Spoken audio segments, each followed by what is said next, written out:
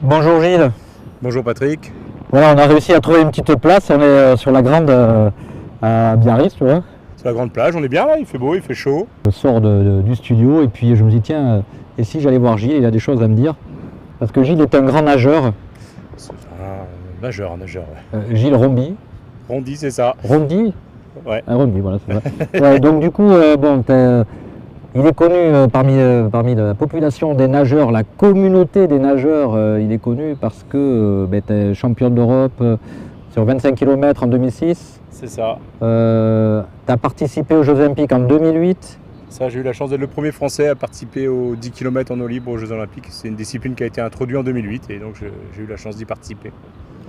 Bon, magnifique. Et tu as eu un petit résultat, non? Qu'est-ce que tu as fait? C'est quoi ton expérience des Jeux Olympiques?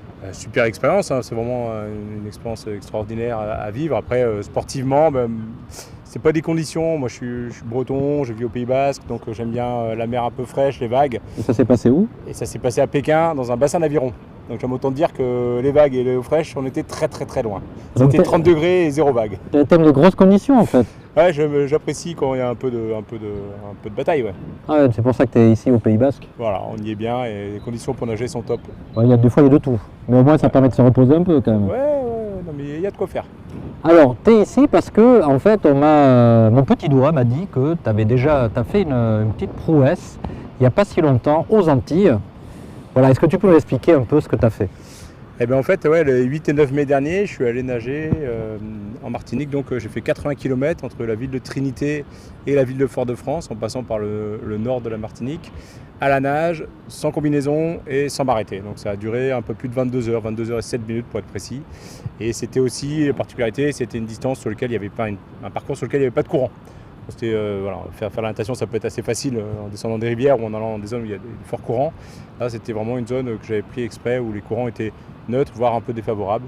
Donc voilà, l'enjeu était vraiment de... C'est ce que tu recherches, toi, les conditions défavorables? Ce que je recherche, c'est d'essayer de faire quelque chose, un vrai 80 km en nageant, effectivement. Et puis en y allant en maillot de bain pour éviter la facilité de la combinaison. C'est aussi un moyen d'être un peu humble vis-à-vis de l'océan, d'y aller sans artifice, d'y aller avec on va dire, le minimum, même si j'ai quand même un maillot de bain et des lunettes, parce que sinon c'est compliqué. Mais voilà, c'est aussi pour montrer un petit signal qu'il faut qu'on fasse attention à cette mer. Elle est belle et après, quand je nage à d'autres endroits, par exemple ici, le fait de nager en maillot de bain, ça montre aussi que plus ça va, plus on peut nager en maillot de bain, parce que plus ça va, plus elle est chaude, mine de rien. D'accord, donc tu rends compte, mais alors du coup, qu'est-ce qui est venu, cette envie de te mesurer aux éléments de l'océan, en fait, des éléments durs, et puis en nature, quoi, en fait, sans artifice? Ça remonte à loin. Ah oui, ben on veut tout savoir. Non, ça remonte à loin. J'ai découvert la natation en eau libre quand j'avais en 99, donc ça remonte à très loin même. Et j'ai apprécié le fait de sortir un peu de la piscine. Les courses en eau libre, c'est des courses qui se passent en peloton, avec tous les nageurs qui nagent les uns contre les autres, un peu comme sur le vélo, avec des histoires d'échappées, voilà. Donc ça j'ai vraiment apprécié. Et puis le fait effectivement de nager dans les milieux naturels, d'avoir des éléments qui changent, favorables, défavorables, des vagues, du froid, c'est vraiment quelque chose que j'ai apprécié. Et donc j'ai fait beaucoup de courses en eau libre, donc il y a des grandes courses de 40, 50, 60 km, plutôt en rivière là, quand on arrive à 50, 60 km. Tu ne remontes pas la rivière À part sur les 200 derniers mètres ou les 500 derniers mètres, on va dire, mais sinon non, tu descends. Globalement, c'est tous ces courses d'eau libre qui font maximum 40 km en plat, c'est des courses qui vont durer entre 7 et 10 heures. Voilà. Ah oui, quand même. Ouais. Avec des escales? Non, pas d'escale. Il n'y a rien? Ah non, il n'y a pas d'escale. 10 heures non-stop? 10 heures non-stop. Alors, je suppose qu'il y a donc une préparation particulière? Ah il faut se préparer à enchaîner un peu ces 10 heures. Donc sur une course, en plus, il y a la notion de vitesse, de se la donner. Donc c'est quelque chose, oui, où tu as intérêt à être bien préparé physiquement. Alors c'est quoi, mentalement. Comment tu te prépares par rapport à notre sport C'est très con, tu fais des bornes. Comme un trailer. Tu fais des bornes et tu fais un peu de prépa physique pour aller prévenir les éventuelles blessures, en particulier aux épaules. Et sinon, c'est borné, quoi. Donc, tu enchaînes des longueurs dans les piscines ou en mer. En cas de crampe, par exemple, tu as des techniques pour te sortir de ce mauvais pas? Jamais eu de crampe. À l'océan, jamais? Non, jamais eu de crampe. Bon, ben, tu as une hygiène de vie Non, pas top. Elle pourrait être mieux. Non, mais après, les crampes, On se serre beaucoup des bras, donc c'est pas des endroits où tu vas avoir les crampes. Les crampes, ça va plus arriver aux jambes, donc tu peux avoir éventuellement des. Mais tu mets des flotteurs aux pieds, aux jambes pour t'aider, non? Pas du tout. Encore une fois, c'est minimum. C'est maillot, bonnet et lunettes. Ah ouais. Enfin, bonnet si tu veux. Et lunettes, non, c'est vraiment ça l'esprit d'eau libre que moi j'aime bien. C'est vraiment d'y aller avec le minimum et de s'affronter aux éléments. Voilà. Après, le fait d'y aller encore une fois en maillot de bain, ça t'amène des difficultés. En particulier, tu vas avoir plusieurs difficultés. Tu vas avoir, évidemment quand l'eau est froide. Avoir une combi, ça aide. Ça aide, oui. Tu vas avoir la flottabilité. T'es sponsorisé? On se rend sponsorisé. Pour les combis, tout ça Ben, j'ai pas de combi justement. Ah oui, pardon. Et ton maillot? Je m'en sors. Mon maillot, je suis en train de voir là, avec un partenaire qui va me filer un maillot, mais c'est anecdotique, on va dire. C'est pas le prix d'une combi. Donc, Oui, c'est vrai. Et alors non, excuse-moi. Non, j'ai utilisé sur la partie combinaison. Donc ça amène pour la température, mais ça amène aussi vachement d'aide sur la flottabilité. Ah oui. Tu vas gagner quasiment 10% de temps quand tu es vraiment fatigué. Et ça amène aussi de l'aide sur les méduses, accessoirement. Parce que quand tu es en combi, tu ne te fais pas piquer par les méduses. Ouais. Ouais, éventuellement aux mains et aux pieds et au visage, mais la surface d'exposition est quand même beaucoup plus petite. Donc toi tu t'exposes, même aux méduses? Moi je m'expose aux méduses parce que c'est aussi, encore une fois, un moyen de montrer, par exemple, on parlera après de la Méditerranée, mais du prochain projet, mais c'est aussi un moyen de montrer que des méduses, il y en a de plus en plus parce qu'il fait de plus en plus chaud. Mais moi je me rappelle quand j'étais petit à Saint-Jean-de-Luz, au club d'Ouniban, pour ne pas le citer, on ramassait à la pelle les méduses. Donc on me dit il y a de plus en plus de méduses, mais moi j'en vois plus depuis, et on les ramassait à la pelle. Alors ici, je sais pas, ici, effectivement, c'est choué, tu vois. Ouais. Après, il y a des périodes, il y a des moments, mais en Méditerranée, alors j'ai plus le nom de la méduse, mais elle prolifère justement à haute température. Donc là, ça dépend du spécimen qu'il y avait à l'époque ici. C'était des gros trucs gluants. Ça dépend des spécimens, en fonction de la température. Il y a des spécimens qui vont plus ou moins bien supporter. Mais chez la Méditerranée, elle est plutôt à augmenter le volume de méduses avec l'augmentation de la température. Bon, je sais que tu nages pour aussi soutenir des belles causes. Ouais. Voilà, par exemple aux Antilles, qu'est-ce que tu soutenais quoi comme cause? Alors aux Antilles, j'étais en partenariat avec l'association qui s'appelle Coco on l'eau. C'est l'association de Coralie Balmy, une ancienne nageuse qui a fait plusieurs fois les Jeux Olympiques, qui a même été médaillée aux Jeux Olympiques en piscine. Et sa cause est beaucoup autour de la sensibilisation des enfants. Déjà leur apprendre à nager, leur apprendre à respecter la mer et à vivre avec, et faire en sorte qu'ils en profitent tout en la préservant. Donc on est allé rencontrer des écoles tous les deux avec Coralie pendant mon voyage très court en Martinique. On a fait 2 interventions dans les écoles justement pour leur parler du projet, de ma traversée, mais aussi les sensibiliser à ce que moi je vais voir. On a discuté du plastique par exemple qu'on peut retrouver dans la baie de Fort-de-France, des choses comme ça. En Martinique, il y a un sujet particulièrement inquiétant, c'est les algues sargasses. Je ne sais pas si tu en as entendu parler. Ça me dit quelque chose, c'est pas celle qui traîne par ici, non? Non, assez peu. Enfin, je crois pas qu'il y en ait ici, mais c'est des algues qui a historiquement, il y a une mer de sargasses. Là, il y en a une nouvelle qui s'est créée et qui est alimentée en fait par tout ce qui sort des grands fleuves, en particulier l'Amazone. Et la déforestation plus l'usage de pesticides massifs, ça les alimente. Non, c'est des algues de surface en fait, et ça les alimente. Et du coup, elles se décrochent et elles arrivent par paquets entiers aux Antilles. Oh là là, ouais. Et elles viennent pourrir toute la face atlantique. Non, je touche du bois, on n'a pas encore ça ici. Non, et ce qui est très dur, c'est qu'aux Antilles, vu que c'est pas Biarritz, c'est pas Nice, les conditions pour ramasser sont très limitées. Et donc les citoyens, les habitants qui habitent au bord de la mer, aujourd'hui vivent dans une odeur nauséabonde et toxique. Moi j'ai connu, j'ai vécu là-bas et tu as des maux de tête, ça abîme, tous les appareils électroménagers sont abîmés par les gaz émis par cette sargasse. Donc c'est vraiment un fléau qu'on a la chance de ne pas connaître ici, mais qui est extrêmement gênant sur toute la partie Antilles. Bon, en dehors de porter un message fort sur le thème de l'écologie, etc., qu'est-ce que ça te rapporte quoi? Bien sûr la satisfaction personnelle, l'effort physique, ça te rapporte quoi sinon? Ce genre d'exploit? Ça me rapporte ça, ce que tu as dit, c'est la satisfaction personnelle, vivre une aventure, parce que mine de rien, chaque traversée comme ça reste une aventure avec une équipe et des personnes qui te suivent.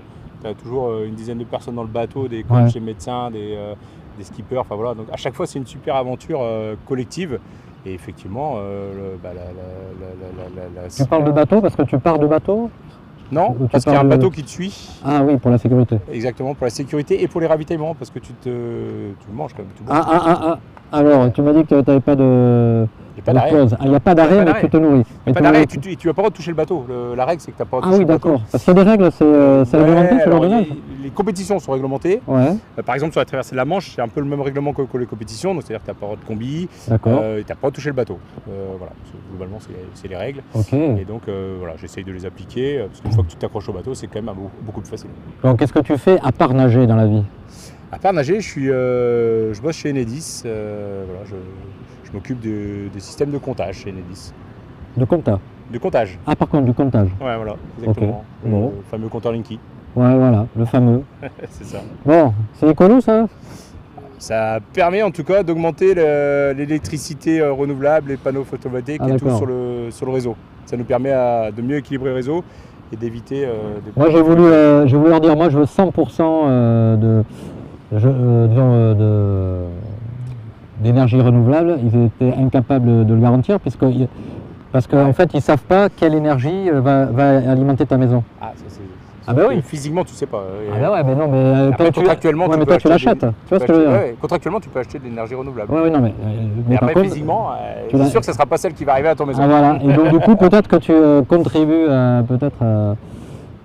polluer, puis tout en achetant un contrat. Mais en fait, tu vois, moi je trouve que ça c'est pas très bien fait ça. Ah, mais c'est technique. Mais bon. Enfin, c'est physique. On peut pas. Oui, non, mais on les peut pas contrats. flécher, Je parle des contrats.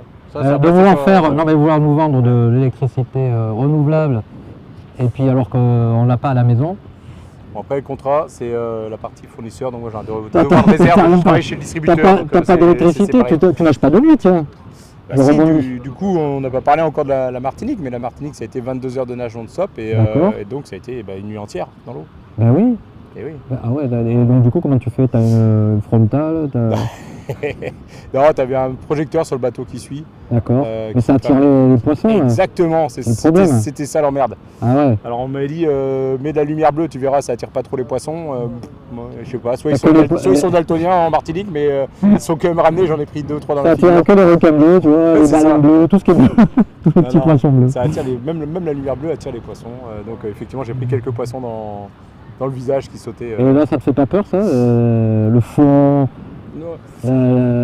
Alors, pour la traversée en Méditerranée que je souhaite faire, c'est une question, effectivement. Alors là, parce ouais, que, on va parler de ta future, il y a de ton plus grosses projet. bestioles que ce que je connaissais. En Martinique, je connaissais les bêtes qu'il y avait, donc Ah ouais. j'étais pas trop inquiet. Je savais à peu près le type de bestiole que je pouvais rencontrer. C'est quoi la plus grosse en Martinique que tu as vu, le bestiole? C'est des grosses tortues, des gros barracudas, Ouais. des belles raies. Voilà. Ouais. Voilà. Il y a des requins, mais ils sont au large et ils viennent pas sur la côte. Et alors, effectivement, Gilles, tu m'as parlé que tu avais un projet. Un projet, c'est de traverser la Méditerranée, en fait, de Marseille, enfin, pas la Méditerranée, on va dire une partie, vers la Corse. C'est ça? Dans l'autre sens, mais ouais. Corse, Marseille. Corse-Nice. Ouais. Corse-Nice. Corse-Nice. Ouais. Tu vois.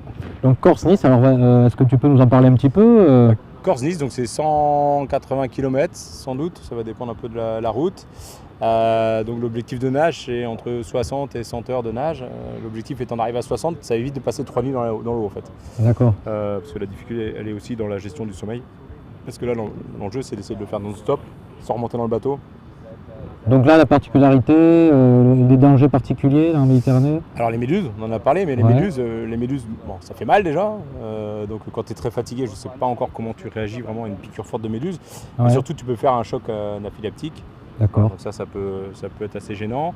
Après, les dangers, ça va être le malaise par la fatigue. Mhm. Et en fait, le fait de ne pas avoir de combinaison, ça rend le malaise encore plus dangereux parce que la combinaison, tu restes à la surface. Sans combinaison, tu peux couler. Donc il faut une équipe. Il ne faut pas arrêter de bouger en mer parce que sinon la durée de vie n'est pas. Voilà, Elle est pas longue. faut rester bouger. Après, effectivement, il peut y avoir des bestioles, mais ça, on va faire en sorte qu'il n'y ait pas de problème.